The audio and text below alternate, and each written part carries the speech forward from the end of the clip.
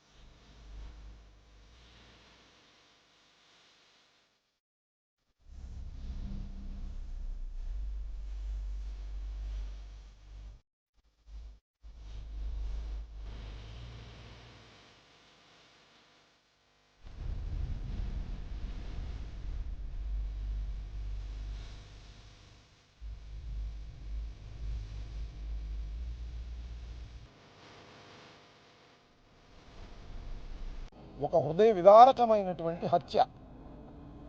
ఆ హత్య కూడా ఎక్కడ అంటే పోలీస్ స్టేషన్లో. ఎవరు చేశారా అంటే పోలీసులే చేశారు. రక్షక భట నిలయంలో ఒక కుర్రవాణ్ణి దారుణంగా హింసించి చంపారు అనేటువంటి ఆరోపణ. ఇంకొక చిత్రమైన విషయం ఏంటంటే, అందరికీ ఆశ్చర్యాన్ని కలిగించే విషయం, డెడ్ బాడీని కూడా మాయం చేశారు. ఇలాంటి సంఘటనలు నాకు ఇప్పుడు 70 సంవత్సరాలు వస్తున్నాయి. నేను న్యాయవాదిగా పనిచేశాను. అనేకమైన లాకప్ డెత్తులు మనం చూసాం. పోలీసులు కొడితే చచ్చిపోయిన సందర్భాలు చూసాం. కానీ ఇంత భయంకరమైనటువంటి పోలీస్ హత్యని ఇంతవరకు చూడలేదని ఈ సందర్భంగా నేను చెప్పదలుచుకున్నాను. అదేమంటే కొంతమంది ఏమంటారంటే వాడు రౌడీ అండి, వాడి మీద కేసులు ఉన్నాయండి, ఇలాంటి చౌకబారు మాటలు మాట్లాడుతున్నారు. ఇది భారత ప్రజాస్వామ్యంలో రాజ్యాంగం ఇచ్చినటువంటి బ్రతికేటటువంటి హక్కుకి భిన్నంగా జరిగినటువంటి సంఘటన. ఈ సంఘటన మీద దేశవ్యాప్తంగా చర్చ జరుగుతూ ఉంది. దీనిలో గమనించాల్సిన విషయం ఏంటంటే, ఇది జరిగిన తర్వాత దీన్ని భూస్థాపితం చేయటానికి అనేక చర్యలు తీసుకున్నారు. తీసుకొని చర్య అంటూ లేదు, అది బయటికి రానివ్వలేదు. ఎక్కడైతే డెడ్ బాడీ కనపడితే కేసు అవుతుందేమో డెడ్ బాడీని క్లోజ్ చేసేసేసి డెడ్ బాడీని భస్మం చేసేసారో లేకపోతే పాసేసారో తెలియదు. చివరికి తల్లి వెళ్ళి అడిగితే సమాధానం లేదు. చివరికి మీకు మనవి చేస్తున్నా, మే 28వ తారీఖున తల్లి వెళ్ళి ఒక కంప్లైంట్ ఇచ్చింది. నా కొడుకుని పోలీసులు తీసుకొచ్చారు, ఇది మిస్టీరియస్గా ఉంది, లాకప్ డెత్ లాగా కనిపిస్తుంది అని ఇచ్చినా కూడా దాన్ని కూడా రిజిస్టర్ చేయలే. రిజిస్టర్ చేయకపోగా అక్కడి నుంచి జాగ్రత్త పడ్డారు. ఎవిడెన్స్ను తుడిచివేసే కార్యక్రమం పోలీసులు చేశారు. చివరికి ఎప్పుడు మాజీ ముఖ్యమంత్రి జగన్మోహన్ రెడ్డి గారు వెళ్ళి పలకరించారు. అమ్మా, నీకు జరిగిన అన్యాయం, నీ వెనుక మేము ఉంటాం అని చెప్పారు. ఎప్పుడు ఇది 18వ తారీఖున సాయంత్రం.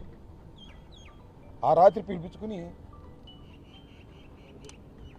విజయలక్ష్మి గారి దగ్గర కంప్లైంట్ తీసుకుని అప్పుడు రిజిస్టర్ చేశారు. అంటే జగన్మోహన్ రెడ్డి గారు వెళ్ళి పలకరించకపోతే కేసు కూడా రిజిస్టర్ చేసేవాళ్ళు కాదు. అంతకుముందు హెబియస్ కార్పస్ ఆ తల్లి గారు వేసింది. దానికి ఏం చెప్పారో నేను ప్రత్యేకంగా చెప్పాల్సిన అవసరంలా.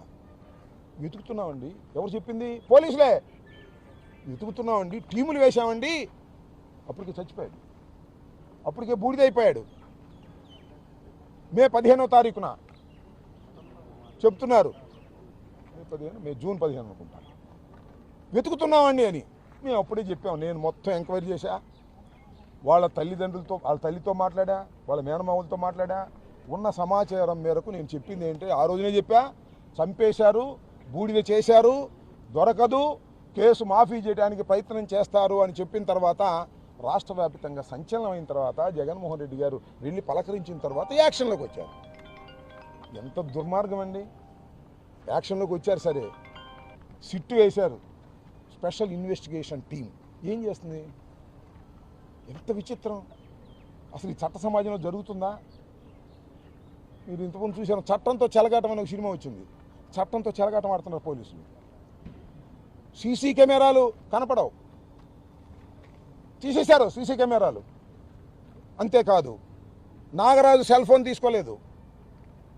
కానిస్టేబుల్స్ని అరెస్ట్ చేసి ప్రొడ్యూస్ చేశారు. వాళ్ళు దొంగిపోయారు, చేశారు, అది వేరే విషయం. వాళ్ళ సెల్ ఫోన్లు సీజ్ చేశారా అని ఎవరిని అడుగుతారేమోనని వాళ్ళ సెల్ ఫోన్లంట ఆర్థిక ఇబ్బందుల వల్ల నాగపూర్లో అమ్ముకున్నారంట. ఎన్ని జోకులు వేస్తారా? పోలీసు వారి జోకులు వేసే కార్యక్రమం ఏంటి? ఆర్థిక ఇబ్బందుల వల్ల అంటే వాటిల్లోకి వెళితే వాస్తవాలు బయటకు వస్తాయి. వాటిల్లోకి వెళితే ఎక్కడ ఏం జరిగింది క్లియర్గా అర్థమవుతుంది. క్లియర్గా అర్థం కాకోకుండా వేరే కథ రాయాలనేటువంటి ప్రయత్నం చేస్తున్నది ఈ ప్రభుత్వం, సిట్టు. నేను మరొక విషయాన్ని కూడా ఇక్కడ చెప్పదలుచుకున్నా. దీనిలో CI Nagaraju, SHO station house officer, అతను ఒక్కడే బాధ్యుడు కాదు. కానీ అతన్నే పెట్టేయాలి, క్లోజ్ చేసేయాలనుకుంటున్నారు. అతను ఒక 4-5 కానిస్టేబుల్ పెట్టేసి ఎత్తేద్దాం కేసు అనుకుంటున్నారు. కాదు, దీనిలో చాలా పెద్ద తలకాయలు ఉన్నాయి. మీ ఇంకో విషయం తెలుసా? 19వ తారీఖున కంప్లైంట్ రిజిస్టర్ చేస్తే 107/26 అప్పటి నుంచి ఇన్వెస్టిగేషన్ చేస్తే పోలీస్ స్టేషన్లో ఏం దొరకలేదంట. నిన్న మొన్న దొరికిందంట బూడిద, ఎముకలంట. అంటే పోలీస్ స్టేషన్లో కాల్చేసాడని నాగరాజు మీద నెట్టేద్దాం అనుకుంటున్నారు. ఒక నాగరాజునే ముద్దాయం చేసేద్దాం అనుకుంటున్నారు. అక్కడ దొరికిందంట, అప్పుడు దాకా దొరకలేదంట. కంప్లైంట్ ఇచ్చినప్పుడు వెతకలేదు, ఇప్పుడు ఎక్కడో తీసుకొచ్చి పెట్టారు. నేను ఆరోపణ చేస్తున్నా, కాదని చెప్పానండి.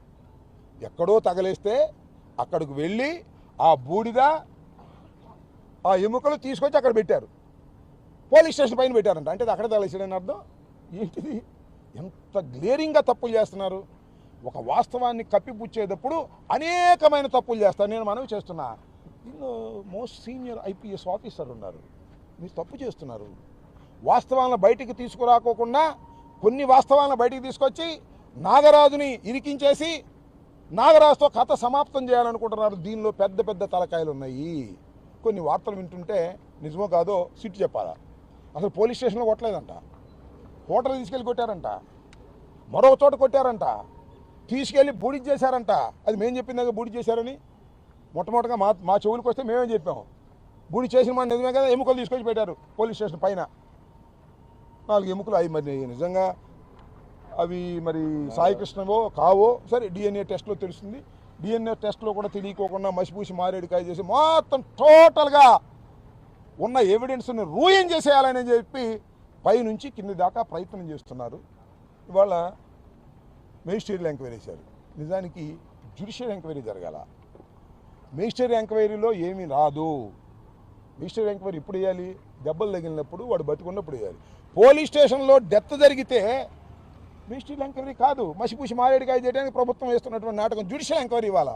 అంతేకాదు సిబిఐ ఎంక్వైరీ కావాలి అని ఆ తల్లి రోధిస్తూ కోర్టులో పిటిషన్ వేసింది.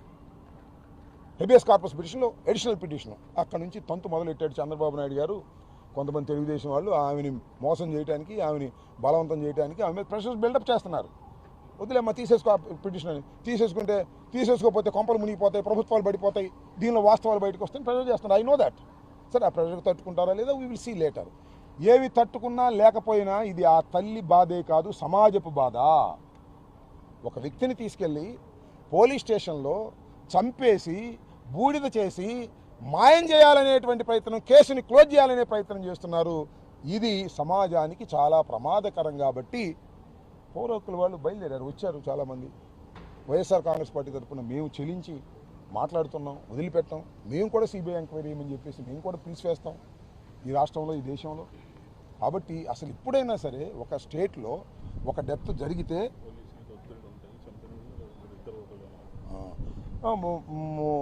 ఒకసారి ఇప్పుడు ఎవరైనా పోలీస్ స్టేషన్లో జరిగి కస్టోడియల్ డెత్ జరిగితే ఆ రాష్ట్రంలో పోలీసులు అసలు ఇంటర్ఫీర్ కాకూడదు. ఇంటర్ఫీర్ అయితే అవుట్ కేసు. సిబిఐ రావాలా, లేకపోతే జ్యుడిషియల్ అథారిటీ రావాలా, సిట్టింగ్ జడ్జి రావాలా, ఇది ఎస్టాబ్లిష్డ్ ఫ్యాక్ట్. ఇది చాలా కేసుల్లో చాలా కోర్టులు చెప్పాయి, అయ్యా మీ రాష్ట్రంలో పోలీసులు చంపితే పోలీసుల చేత విచారణ చేయించమాకండి, సిబిఐతో విచారణ చేయించండి అని కూడా చెప్పినటువంటి సందర్భం. అదేమంటే అనకూడదు కానీ పొలిటిక్స్ మాట్లాడటం కరెక్ట్ కాదు. కానీ చంద్రబాబు నాయుడు గారు అంటారు సిఐ కాపే బాధితుడు కాపే, కొట్టే కేసు. ఇద్దరు కాపులేనంట, వాళ్ళు చంపుకున్నారు, వదిలేయమంటావా ఇన్న చంద్రబాబు నాయుడు గారు? నాకు అర్థం కాలే. మసిబూసి మారేడుకాయ చేయాలనేటువంటి ప్రయత్నం చేస్తున్నారు. పొలిటికల్గా కూడా దీన్ని తొక్కేయాలని ప్రయత్నం చేస్తున్నారు. సరే, చాలామంది పవన్ కళ్యాణ్ గారు మాట్లాడలేదు, సరే అన్నీ కూడా ఆడి జోలికి నేను వెళ్ళదలుచుకోవాలి. ఎందుకంటే ఇది ఒక హృదయ విదారకమైనటువంటి సంఘటన.